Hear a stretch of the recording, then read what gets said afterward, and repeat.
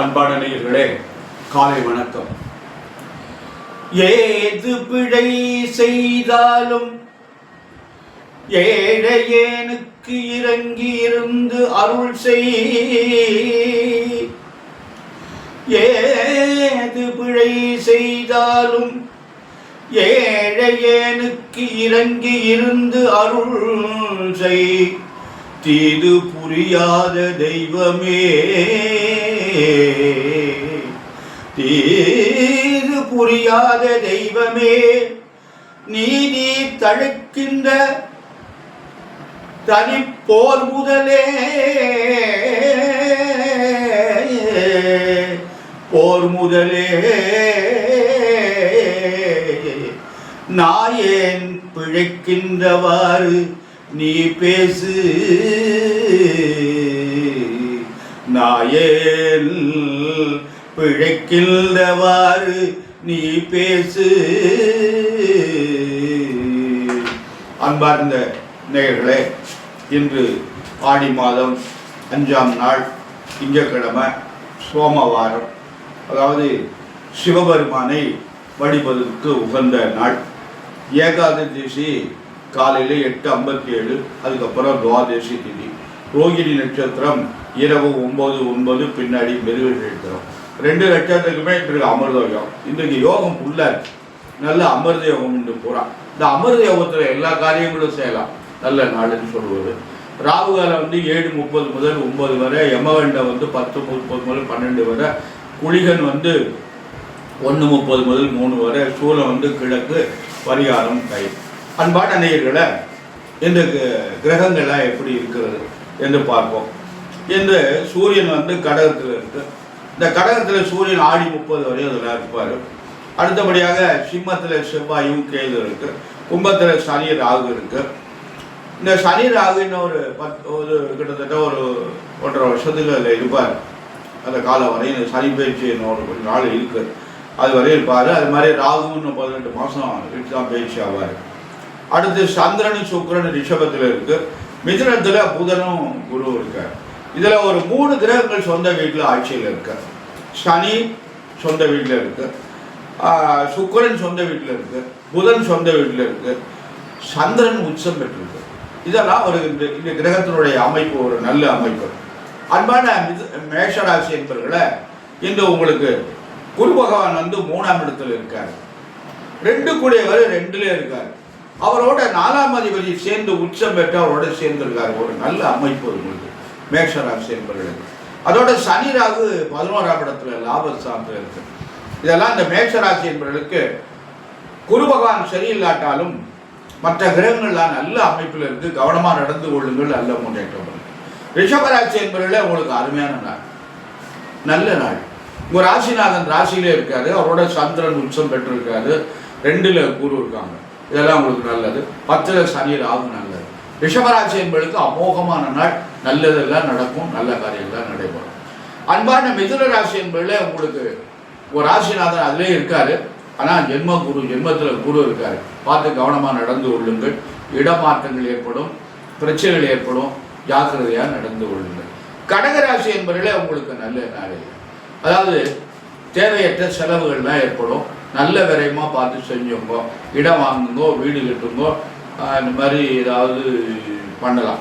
நல்ல காரியங்கள், குழந்தைகள் இருந்தால் வீட்டில் கல்யாணம் பண்ணலாம். அந்த மாதிரி ஏதாவது நல்ல காரியங்கள் பண்ணுவோம். பார்த்து கவனமாக இருந்துங்க. மிதுன ராசி என்பவர்களே, கடகராசி என்பவர்களே, வியாழக்கிழமை தோறும் தட்சிணாமூர்த்தி வழிபாடு பண்ணுவோம். தட்சிணாமூர்த்திக்கு வில்வபத்திரத்தால் அர்ச்சனை பண்ணுவோம். ரொம்ப நல்ல பலன் தரும். சிம்ம ராசி என்பவர்களே, உங்களுக்கு அருமையான நாள். குழப்பம் இல்லாமல், டென்ஷன் இல்லாமல் காரியத்தை பண்ணுவோம். நன்றாக இருக்கிறது. இருந்தாலும் சனி ராகு 7ல் இருக்கு. மனைவி கணவனுடைய உடல்நிலை ஜாக்கிரதையாக பார்த்துங்க. அமோகமான நாள் உங்களுக்கு. 11ஆம் இடத்துல குரு பகவான் இருக்காரு, நல்லது. கன்னிராசி என்பவர்களே, உங்களுக்கு நேரம் சரியில்லை. பார்த்து ஜாக்கிரதையாக நடந்து கொள்ளுங்கள். கெட்ட பேரெல்லாம் ஏற்படும், பதவி இழப்பு ஏற்படும். அதுக்கெல்லாம் இடம் கொடுத்துடாம மேலதிகாரிகள் ரொம்ப ஜாக்கிரதையாக நடந்து கொள்ளுங்கள். ஏதாவது சொன்னாலும் சொல்லிட்டு போகிறாரு. ஒரு 10 மாதம் கவனமாக நடந்து கொள்ளுங்கள். அதனால் அந்த மாதிரி ஒரு தொழில் பண்ணுறீங்களா, கஸ்டமர்கிட்டெல்லாம் ரொம்ப அன்பாக பேசி நடந்து கொள்ளுங்கள். அன்பான துளாராசி என்பவர்களே, உங்களுக்கு அருமையான நாள். உங்களுக்கு நல்ல நாள். துலா ராசிக்கு வந்து குரு வந்து 9ஆம் இடத்துல இருக்குது. மற்ற கிரகங்கள் எங்கே இருந்தாலும் குரு 9ஆம் இடத்துல இருந்தால் அந்த ராசிக்காரங்களுக்கு காரியங்கள்லாம் தடைப்படாமல் நல்ல விதமாக முடியும். துளாராசி என்பவர்களை நேர்மையாக நடப்பீங்க, ராசி கொண்டு இருப்பீங்க. அதனால் பார்த்து கவனமாக நடந்தபோது நல்ல முன்னேற்றத்துக்கு வாய்ப்பு இருக்குது. விருச்சிக ராசி என்பவர்களை டென்ஷன் இல்லாமல் இருக்கும். புதுசாக எதையும் முதலீடு செய்யாதீங்க. அட்டம குரு எதுவுமே நடக்காது. பணத்தை வந்து முதலீடு பண்ணாதீங்க. இப்போ என்ன பண்ணிட்டு இருக்கீங்களோ அதை அப்படியே செய்யுங்க. புதுசாக எதையும் நகட்டாதீங்க. தனுசு ராசி என்பவர்கள் உங்களுக்கு அருமையான நாள், நல்ல நாள், நல்லது நடக்கும், நல்ல காரியங்களாக நடைபெறும். அன்பான நேயர்களை, நீங்கள் வந்து தனுசு ராசி என்பவர்களுக்கு சனி பகவான் 3லையும் ராகு பகவான் 3லையும் இருக்காங்க. இதில் வந்து உங்களுக்கு குரு பகவான் வந்து 7ல் இருக்காங்க. இதெல்லாம் உங்களுக்கு நல்ல நாள், நல்லதெல்லாம் நடக்கும். மகர ராசி என்பவர்கள் உங்களுக்கு 7டைய தாக்கம் இருக்கிறது. பார்த்து கவனமாக நடந்து கொள்ளுங்கள். உங்களுக்கு வந்து குரு பகவான் 6ல் இருக்காரு. 6ஆம் இடம் வந்து நல்லது இல்லை. ஆரோக்கியத்தில் ரொம்ப கவனமாக இருந்துங்க. கும்பராசி என்பவர்கள் உங்களுக்கு அமோகமான நாள். கும்பராசி என்பவர்களுக்கு 4 கூடையவர் 4லே இருக்காரு. அது ஒரு பெரிய சிறப்பு. உங்களுக்கு ஜென்மச்சனி நடக்குது, இருந்தாலும் குரு 5ல் இருக்கார். மீனராசி என்பதில் உங்களுக்கு குரு 4ல் இருக்கார். குரு 4ல் இருந்தாலும் அவருடைய பார்வை பிரமாதமாக இருக்கும். 10ஆம் இடத்தை பார்க்குறாரு. தொழில் நன்றாக இருக்கும். அதனால் மீனராசி என்பவர்களை, கும்பராசி என்பவர்களை, மகராசி உங்களுக்கு 7னுடைய தாக்கம் இருக்கிறது. பார்த்து கவனமாக நடந்து கொள்ளுங்கள். சனிக்கிழமை தோறும் விரதமாக இருக்கும். சனிக்கிழமை அன்றைக்கு எள்ளு தீபம் ஏற்றுமா.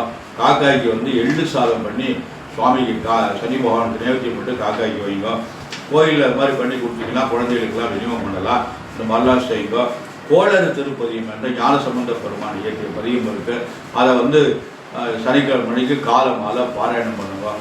நான் வந்து நிறைய பேர்கிட்ட என்கிட்ட ஜாதகம் பார்க்க வர்றவங்கள்ட்ட நான் அந்த பதியங்களை பாராயணம் பண்ண சொல்லுவேன், அர்ச்சனை பண்ண சொல்லுவேன்.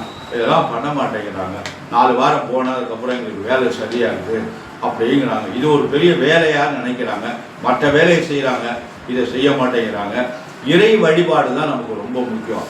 அன்பான நேயர்களே, நமக்கு எவ்வளோ தூரம் இறைவனை நோக்கி நம்ம வழிபாடு செய்கிறோமோ அவ்வளோ தூரம் நமக்கு நன்மை நடக்கும். முன்னோர்கள்லாம் நமக்கு எவ்வளோ கஷ்டப்பட்டு நிறைய அந்த சைவ சமய குறவர்கள் 4வரும் நமக்கு நிறைய பதியங்களெல்லாம் தந்திருக்காங்க. அதெல்லாம் நம்ம பதியங்களெல்லாம் பாராயணம் பண்ணோம்னா நமக்கு எல்லா விதமான சிரமங்களும் குறையும். அதை வந்து திருநெடுங்கலம்னு ஒரு ஊர் இருக்குது, திருச்சாப்பள்ளி பக்கத்தில் இருக்குதுன்னு நினைக்கிறேன். ஞானசம்பந்த பெருமான் அந்த திருநெடுங்கல சிவபெருமானை பற்றி ஒரு பாடல் பாடுகிறார். மறை உடையாய் தோல் உடையாய் வார்சடை மேல் வளரும் பிறை உடையார் பிஞ்சகனே என்று உன்னை பேசினல்லால் குறை உடையார் குற்றம் போராய் கொள்கையினால் உயர்ந்த நிறை உடையார் இடர்களையாய் நெடுங்கலம் மேயவனே. எவ்வளவு பெரிய அருமையான பாடல் பாருங்க. என்னுடைய இடர்களையெல்லாம் களைந்து விடு ஐயா என்று அவர் பாடுகிறார்.